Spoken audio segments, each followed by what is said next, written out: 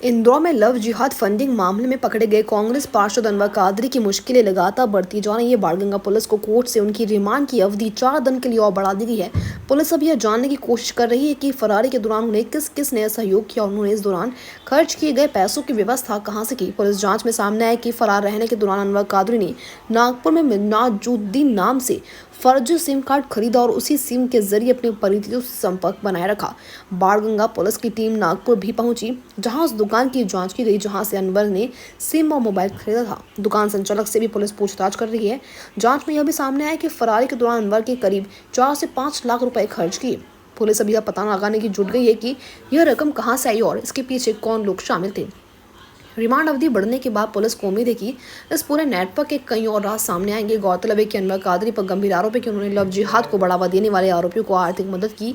पूछताछ और जांच के दौरान इस बात को पर्याप्त सबूत भी पुलिस के हाथ लगे। यही कारण है कि कोर्ट ने पुलिस को और समय देते हुए आरोपियों को रिमांड पर सौंप दिया। पुलिस अब अनवर कादरी से जुड़े हुए पूरे फंडिंग नेटवर्क और सहयोगी की पहचान करने में लगी हुई है। इस मामले ने राजनीतिक हलकों में हलचल मचा दी है, क्योंकि कांग्रेस के पार्षद पर सीधे तौर पर लव जिहाद जैसे संवेदनशील मामले में शामिल होने और आर्थिक मदद पहुंचाने का आरोप है। पुलिस का कहना है कि जांच पूरी होने के बाद ही पूरे षड्यंत्र की परतें साफ तौर पर सामने आ पाएगी। इंदौर संभाग ब्यूरो वाजिद अली कुरैशी की खास रिपोर्ट।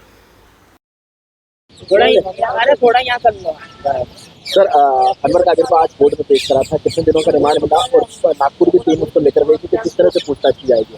जब पिछली बार अनवर कादरी को कोर्ट में पेश किया गया था तो आज दिनांक तक की पीआर प्राप्त हुई थी, लेकिन क्योंकि उसने उसकी मोबाइल जो उसने नागपुर से खरीदा था उसकी तस्दीक के लिए वहाँ पर टीम भेजी थी, तो टीम के द्वारा तस्दीक की गई तो मोबाइल वहाँ से खरीदना पाया गया। अब ये स्पष्ट हो चुका है कि उसके द्वारा जो सिम यूज की थी उसी के द्वारा की गई थी। इस सिम से वो और भी किसी अन्य जो पुराने आरोपी हैं जो इसमें उनसे भी संपर्क में था क्या, और इससे और क्या क्या उसके द्वारा किया गया था, इस संबंध में भी तस्दीक की जाना थी और सिम और मोबाइल की जब्ती का प्रयास भी किए जाना है। इस कारण से उसका पीआर लिया गया है और जो हमको 12 तारीख तक का न्यायालय स्वीकृत किया है। क्या बता रहा है, उसने कबूला है कि उसने इस तरह से पैसे दिए थे? अभी तक ये बात सामने नहीं है। अनवर कादरी की जो पूछताछ बताया गया है कि उसके द्वारा कैसे पैसा दिया गया, विवेचना में ये पाया गया कि उनके द्वारा कोई ऑनलाइन ट्रांजैक्शन तो नहीं हुए हैं, कैसी लेन देन हुआ है वह स्पष्ट तौर से स्वीकार नहीं कर रहा है, लेकिन चूंकि जो आरोपियों के द्वारा बताया गया है और उसकी जिस प्रकार की शोहरत है उससे स्पष्ट हो रहा है कि उसके द्वारा ये पूरा कृत्य किया गया है और इसकी और बारीकी से जांच की जा रही है। सर, अनवर कादिर को नागपुर ले गई थी टीम, वहाँ पर कुछ किस तरह की तफ्तीश करी, कहाँ रुका था और कुछ जानकारी थी उसमें वहाँ पर? हाँ, अनवर कादरी जहाँ रुका था उस होटल की जानकारी प्राप्त की गई है, जहाँ से मोबाइल खरीदा था वहाँ से उसका बिल भी प्राप्त किया गया है और उसी जो मोबाइल खरीदा गया था उसी में वो दूसरी सिम यूज करके और अपनी आरोपी और इनसे सब संपर्क में था। इसी की जांच के लिए उसकी पीआर की आवश्यकता थी, तभी पीआर बढ़ाई गई। सर, ये कुछ जो सहयोगियों के नाम सामने आए, कौन लोग सहयोग कर रहे थे फरारी के दौरान, नेपाल तक किस तरह से भाग रहा?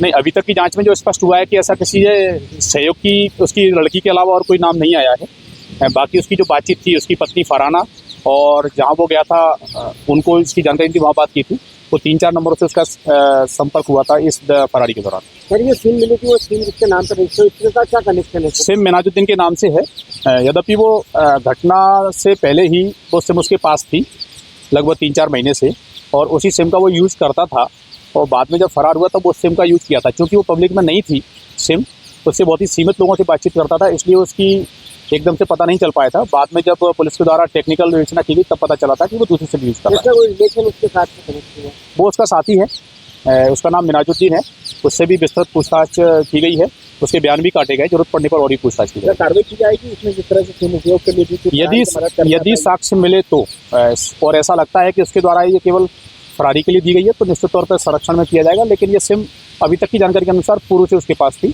जो घटना दिनांक से काफ़ी 3-4 महीने पहले से। सर, फंडिंग को लेकर क्या कुछ फंडिंग कहाँ से आती थी, क्या किस तरीके से को इसको फंड ट्रांजेक्शन करते थे ऑनलाइन? कैश की बात सामने आई है, ऑनलाइन कोई ट्रांजैक्शन नहीं मिला है, फिर भी बहुत बारीकी से जो पूर्व में 2 आरोपी गिरफ्तार किए थे और अनवर कादरी, इनके बैंक स्टेटमेंट और फोन पे के डिटेल स्पष्ट की जा रही है। फरारी के दौरान कितना रुपया इसमें खर्च कर दिया विभिन्न जगहों पर रहने? 4 से 5 लाख